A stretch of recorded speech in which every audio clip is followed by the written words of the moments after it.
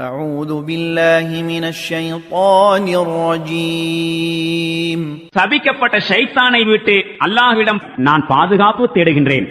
ما يجادل في آيات الله إلا الذين كفروا فلا يغررك تقلبهم في البلاد. அல்லாஹ்வுடைய வசனங்களில் யாரும் தர்க்கம் புரிவதில்லை நிராகரித்தவர்களைத் தவிர. இதன் பிறகு உலக நாடுகளில் அவர்களுடைய நடமாட்டம் உம்மை எந்த வகையிலும் ஏமாற்றிவிட வேண்டாம்.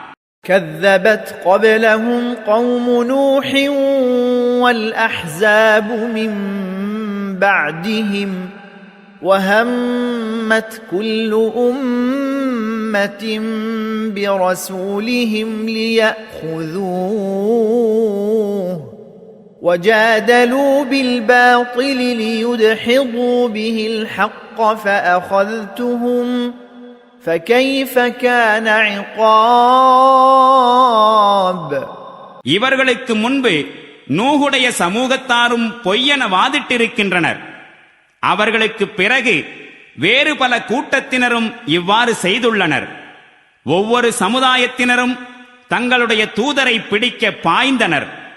அவர்கள் அனைவரும் அசத்தியத்தின் ஆயுதங்களால் சத்தியத்தை வீழ்த்திட முயன்றனர்.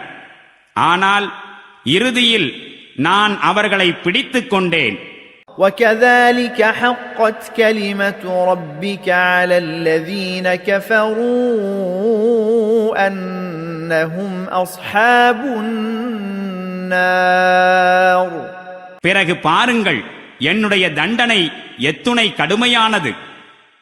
அவர்கள் நரகத்தில் நுழைபவர்களே எனும் அதிபதியின் தீர்ப்பு இவ்வாறு அந்த நிராகரிப்பாளர்கள் அனைவர் மீதும் சார்ந்து விட்டது.